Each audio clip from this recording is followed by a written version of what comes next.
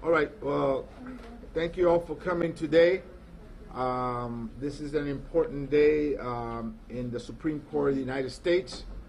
The Supreme Court will take up the DACA case today after two federal courts have issued injunctions against the president's attempt to dismantle this program that was put into effect 7 years ago by President Obama. This is an important day for 800,000 dreamers, DACA recipients, folks that are here and in every single way are very much Americans. They are nurses and teachers and EMS workers. They are in all parts of our economy. They're in the private sector. They're small business owners. They're homeowners. They pay real estate taxes. They pay sales taxes. And so they're very much part of the United States of America without one little exception. They don't have that card. But President Obama 7 years ago gave them the ability to stay here. It was a good decision because, as I said, they are Americans in every sense of the word. And so now the Supreme Court will get an opportunity to decide their fate. They pay over $460 billion. They contribute $460 billion to our GDP every decade. They pay their taxes. They are very much an intricate part of America. We in the House of Representatives passed H.R. 6, which legitimizes dreamers and TPS recipients. That's the DREAM Act. It was passed by the House of Representatives. It's still not being heard by the Senate. Over 80% of Americans across the country, whether in blue states or red states, support dreamers. No other immigrant group has gotten more support from the general public across America than dreamers. And I think people feel a connection with them. We feel that the Supreme Court should hear the arguments based on their merit, and they should render a decision similar to what the lower courts have alluded to, that these young people deserve to stay in America. I have myself been part of this process as a friend of the court through an amicus brief. My office has engaged this process to ensure that we support dreamers in whichever way we can. So we must continue to put the pressure on in the streets across America. We must continue to ensure that our voices are heard loud and clear that these young people deserve to stay in the U.S. Nosotros estamos aquí hoy, un día muy importante para los Estados Unidos, cuando se oye el caso en la Corte Suprema de los soñadores. Más de 800,000 de ellos están en los Estados Unidos.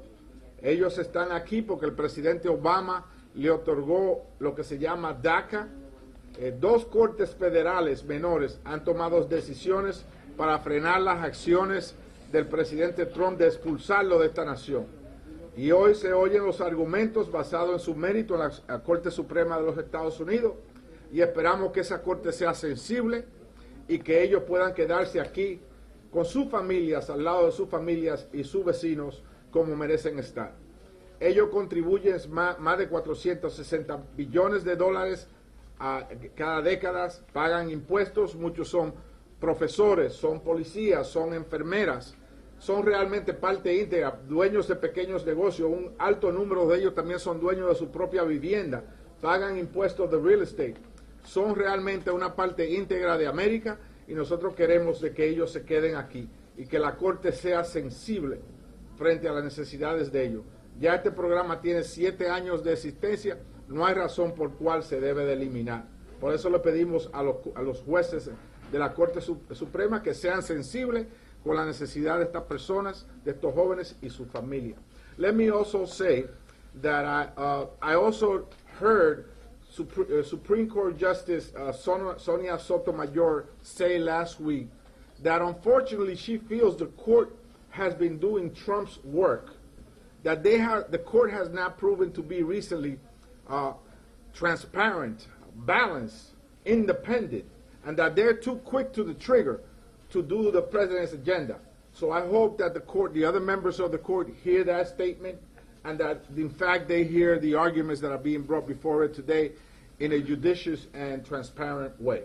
Esperamos de que también los miembros de la Corte Suprema escuchen los comentarios de la jueza Sonia Sotomayor, que dijo esta semana que ella piensa que la Corte está muy rápida para hacer el trabajo del presidente, que no es realmente una Corte que se está comportando imparcial, transparente, y que por favor escuchen los argumentos que se hacen hoy y que lo tomen en cuenta de una manera imparcial y transparente. With that, I give you our Borough President, Gail Brewer. First of all, thank you very much to the Congressman Espaillat and to certainly the Northern Manhattan Coalition for Immigrant Rights and all the groups who have been working on this for a very long time. Those words, Deferred Action for Childhood Arrivals, DACA, are very, very important and mean a lot to us. I want to say I do every year about 30 graduations. Guess who the valedictorians are? They are often DACA students because they are working so hard and they are so much a part of our community. We're talking about people who were brought here as children, who grew up here. They're in the Little League, they're in soccer, they go to school, and they grew up in the United States of America. What does this program do? It gives young people who are already here, who were brought here as children, a chance to build a life outside the shadows. And this is done administratively, case by case. What kind of person says, no, this has to go? What kind of person says people who grew up in this country and are law-abiding members of society should be kicked out? What kind of a person? The kind of a person forgets that nearly every American who isn't an immigrant themselves is a descendant of immigrants. It is cruel, it is wrong, and it is political. More than 2 million people could qualify for DACA in the United States, economically, morally, diplomatically. The only people who will profit from mass deportations are the people who spread hate and fear. It's not just about President 45, the con man in the White House. It's political. Want to know why this political lawsuit is happening? It's because there are apparently leaders in red states who are prepared to sue if it doesn't. It's mind-boggling.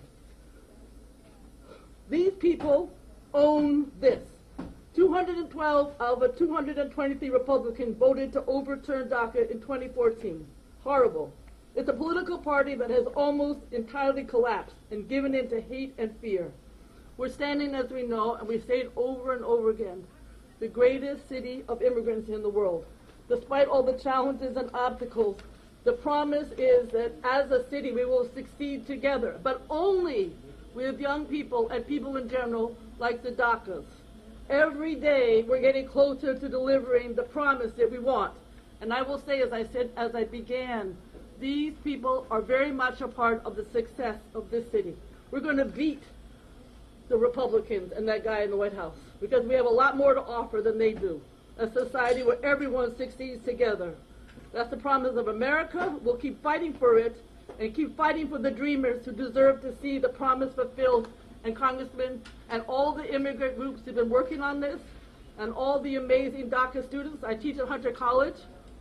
Half the class is often DACA. They're the best students. Thank you very much. Thank you. Thank you. I had the pleasure to preside over the House of Representatives when the Dream and Promise Act was passed in the House of Representatives this session.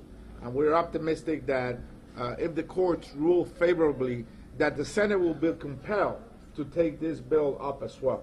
So with that, I want to present with you somebody that has been working on a daily basis to assist immigrants, DACA recipients, Dreamers, TPS recipients. She does work on a daily basis to help ensure that they stay legally here in our country. Alba Villa from the Northern Manhattan Coalition for Immigrants' Rights.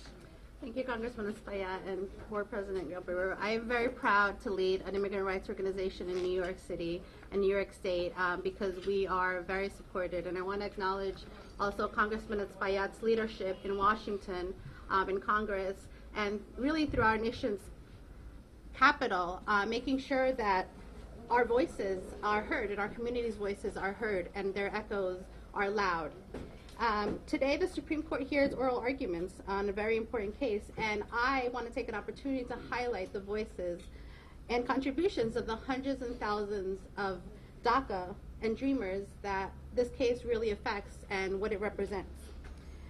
NMCR, like many of the people that we serve, like all the people we serve, is resilient.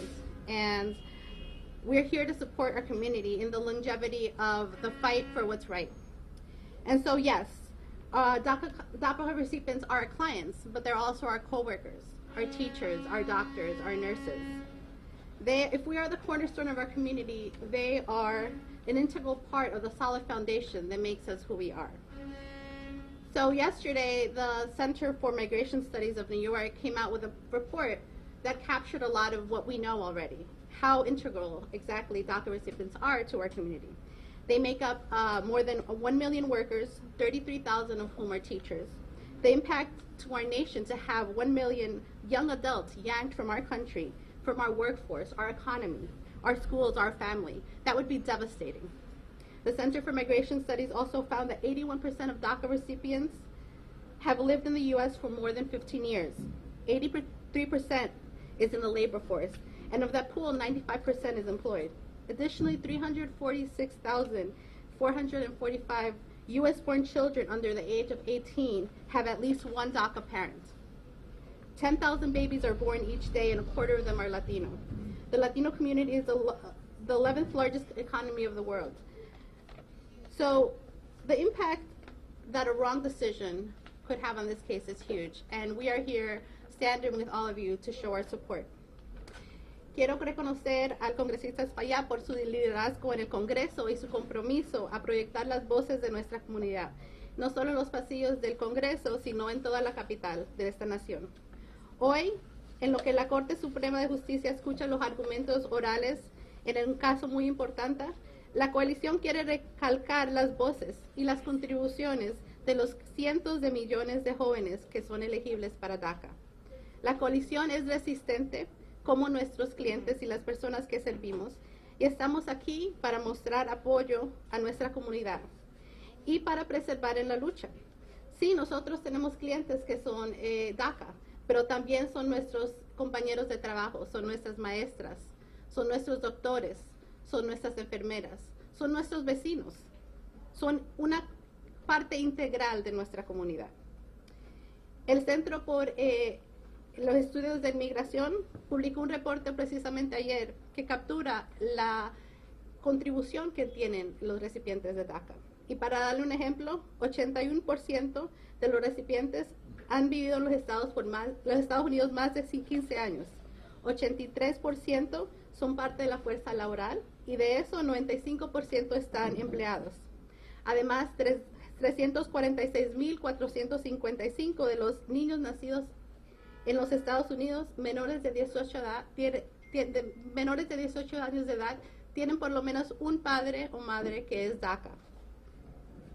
Cuando 10,000 bebés nacen diariamente y un cuarto de ellos son latinos, es importante que ayudemos a que las familias sigan juntas. La comunidad latina en los Estados Unidos es la unidécima economía más grande del mundo. Y hoy queremos resaltar la contribución de todos nuestros miembros de la comunidad. Muchas gracias. Excuse me, can you give us your name and spell it, please? My name is Alba Villa, ALBA-VILLA. Thank you. Yeah, our next speaker is a DACA recipient himself. Nuestro próximo orador es un recipiente de DACA. My former intern. He was also, era mi pasante también. And I may add, one of the best interns that I had. Right? Please welcome our good friend, Jose Lopez. That's the best. Thank you, Congressman. You know, I wanted to thank the Congressman for being such a strong supporter of the Dreamers and all the immigrants in Congress. I wanted to talk about, you know, we all hear the stories, and it's true, you know, most of us came when we were really young. So this is home. This is where, you know, we know everything, you know, like all our lives have been formed here. So to go back to a country that, you know, where we were born is very foreign to us. It would be, you know, crazy to do that. And then, you know, most people won't do that, and it would cause people to live in the shadow again, which would have happened, you know, up until DACA was, done by President Obama. Up until that point, we weren't able to get driver's license. We weren't able to really go to school. It was really hard to just navigate everyday life and make a living. So with DACA, I've been able to get a work permit. I've been able to go to school. I've been able to pay for school because, as you know, the New York State DREAM Act wasn't passed until this year, so everything had to be paid out of pocket. But with work permit, I was able to do that. Through that, I was able to intern in Washington, D.C. and intern for Congressman Espaillat.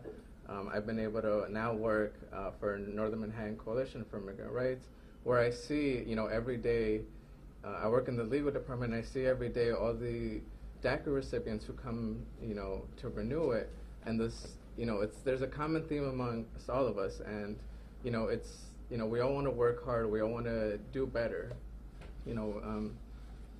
The president, he tweeted that, a lot of dreamers are far from angels, as he put it, and that they're, criminals and all these things. And I think he forgets that even to qualify for DACA, you can't really have a criminal background. So it's just simply not true to say that dreamers are, breaking the law, because it's the contrary. It's you need to follow the law in order to be eligible for DACA. Quiero agradecerle al congresista por su apoyo. Yo quiero hablar acerca de todos los dreamers que estamos aquí, que nuestra vida está hecho aquí, que uno no puede ir a un país donde nació, que ha compartido toda su vida aquí. No sería posible, porque ya tenemos familia aquí, hay personas que tienen hijos, tienen trabajos. Toda nuestra vida está aquí en los Estados Unidos. Desde pequeños hemos estado honorando la bandera todos los días, y sería cruel que la Corte Suprema no se ponga en el lado correcto de la historia y que termine el programa. Gracias a DACA yo he podido trabajar, yo he podido ir a la escuela, yo he podido pagar mis estudios trabajando. Y sin eso yo no sé qué estuviera haciendo. Hubiera sido bien difícil ir a la escuela, trabajar. Hubiera tenido que como esconderme por miedo de ser deportado. Yo espero que la Corte Suprema, que hoy cuando escucho los argumentos orales, que entienda que la gente que está aquí es para trabajar, no para ser criminales. Thank you. Jose, how old are you? I'm 23. And when did you come here? When I was 5 years old, From where? from Mexico. And where did you go to school? I grew up upstate, but then I went to the City College of New York here in Harlem. And when did you graduate? I graduated last year in 2018. What was your degree in? I did international studies. Could you spell your name? Jose Lopez, Joselopez. Thank you, José.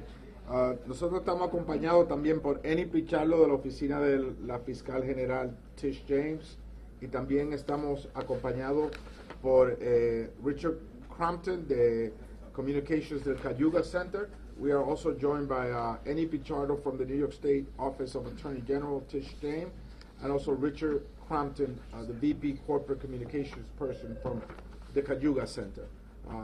Any questions? Congressman, I don't know if you can just respond to President Trump's tweet saying many of the people in DACA, no longer very young, are far from angels. Some are very tough, hardened criminals. That's what the president tweeted earlier today. I know that the DACA recipient, Jose, responded. Can you respond? Well, first and foremost, let me say this to you. DACA recipients voluntarily gave their personal information to the government, to the federal government. They gave them very precise, personal, confidential information, where they live, their date of birth, etc. So the government knows who they are, because to apply for DACA, you had to relinquish all this information to the government. But in addition to that, as Jose stated earlier, you cannot violate or be convicted of a crime and be a DACA recipient. So that's totally false.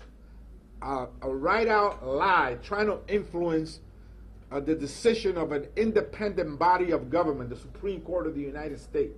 That's a late-night tweet to try to influence those judges that he's tried to put there, many of whom have character issues, to try to influence their decision, a last minute, Hail Mary. So this is uncalled for. This is what's wrong with America right now. The misinformation that DACA recipients are criminals, that's totally false and an outright lie. They have to abide by the law. They can be convicted of any crimes. They personally relinquish their personal information to the federal government. Voluntarily they did that when they applied. So I think that they're better citizens than Trump himself. Quiero decir que ellos, los recipientes de DACA, los Dreamers, voluntariamente le dieron la información al gobierno federal, su nombre, sus direcciones, su fecha de nacimiento, todos los datos personales cuando aplicaron. No pueden cometer ningún delito, si no son elegibles para ese programa. De manera que los comentarios que ha hecho el presidente es una mentira, y yo creo que lo que trata es de influenciar en último momento la decisión de la Corte Suprema de una manera irregular, porque la Corte Suprema es un órgano independiente del gobierno y debe de tomar decisiones basadas en el mérito de los argumentos y no en un arranque emocional en el medio de la noche de un presidente que obviamente no está muy estabilizado.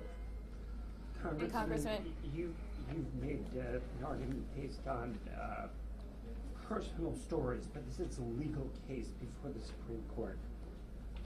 From your understanding, what is the legal argument why this should not be overturned and thrown out? First of all, I'm not a lawyer, but I will tell you that two lower courts have placed injunctions on this matter, that we joined the lawsuit, that President Obama had every right to issue an executive order, that in fact executive orders are part of the presidency of the United States.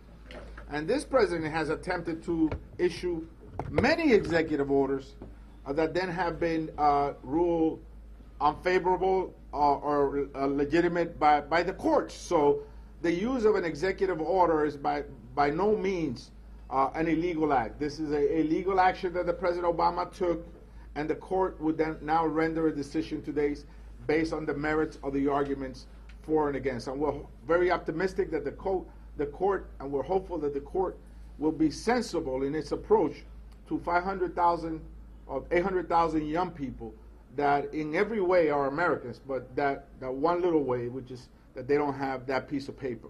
So we're asking for the courts to be reasonable. And I think reasonableness in a court of law is something that all Americans expect. Sí. Si bien DACA trae un alivio migratorio casi 1 millón de jóvenes, al final del día se va a necesitar una ley. ¿Qué tan cerca estamos de que se apruebe una ley con el actual presidente? Bueno, nosotros aprobamos la ley HR 6, que fue la ley que recientemente le autorizó las estadías y legalizó la estadía de los recipientes de DACA. Nosotros esperamos de que con una decisión favorable de la Corte Suprema le dé un mensaje definitivo al Senado de los Estados Unidos y a la rama ejecutiva de este país para que estos jóvenes ya estén tranquilos con sus familias aquí en los Estados Unidos como se merecen. So, Congressman, Borough President, what has the impact been with this policy being in limbo? So what has the impact been on this district and this borough since the policy's been in limbo? Well, I think that the group of young people supported by the amazing legal organizations that are around, we are all, it's like unanimous support in this city, whether you're in school, working, part of families, schools, athletics. As the congressman stated, the DACA recipients are beloved, respected, and supported. So I can say that in this borough, or I think in this city, they're revered. When I say that they are the leaders of the high schools and the colleges, I'm not kidding. So I would say that we are hopeful not only for their sake, but for our country's sake, that they are able to be full, have the piece of paper that the congressman is talking about. But what will happen if they don't get it? What will the impact be on those that are not DACA recipients? How will it affect? Well, I think that, as Jose stated, it will drive many of them underground. Many of them may not even speak the language of the country where they were born. Some of them came when they were 1 year, if not months old.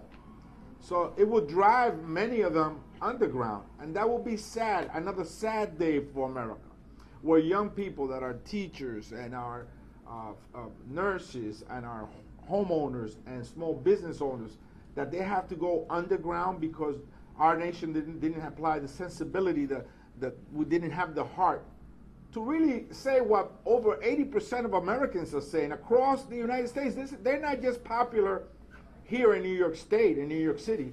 They're very popular and supported across the country.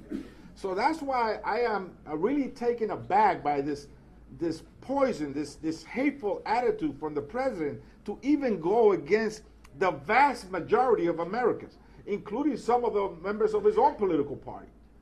So to drive these young people underground will be really a travesty. For Alba or Jose, can you give us a sense of how many clients you work with at the coalition regarding this DACA issue? How many people you're dealing with? So we serve 8,000 people a year, and many of them are DACA. I don't have the percentage, but I think something to highlight is the culture and the climate of fear that this and many of the other policies creates. And so you have hundreds of thousands of people that currently have work authorization, and are going about their lives, and yet they're afraid. Despite having some kind of current reliefs, having an opportunity, they are afraid because they don't know at what moment that's going to be taken away from them. Did you get flooded by calls of concerned immigrants after the Trump administration's actions? We get flooded often, and often it's very cyclical, and it's based on a policy, a tweet, sometimes even something that's not really happening yet. But it's that sense of fear, the ICE raids. Any time that there is some potential immigration change, which now happens almost on a daily basis in terms of policy changes and fee waivers taken away, every single part of the process is under attack. And the process to legally come and stay is under attack. And so this sense of creating and criminalizing communities of immigrants is ridiculous, because oftentimes the people that are currently being under attack are on the right path, are here with some kind of permission. And so that, what I see every day and what I hear, and anytime anyone talks about it, they often break down in tears, because the sense of being afraid in your own skin is the worst thing that I can imagine someone experiencing, even with a work permit. So imagine if you don't have one. And let me just add that 97% of DACA recipients are either working or going to school.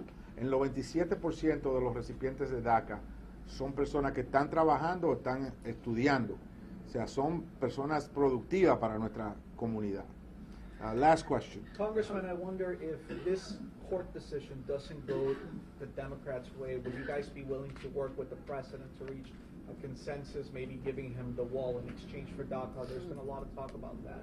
What would you respond? Well, I don't think that these young people should be held hostage for a medieval wall that will not impact or resolve in any way, shape, or form our immigration situation at the border.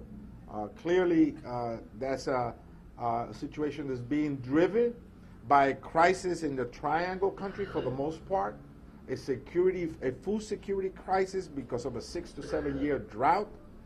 Violence and gang activity are pushing people to migrate north. They have nothing to do with that.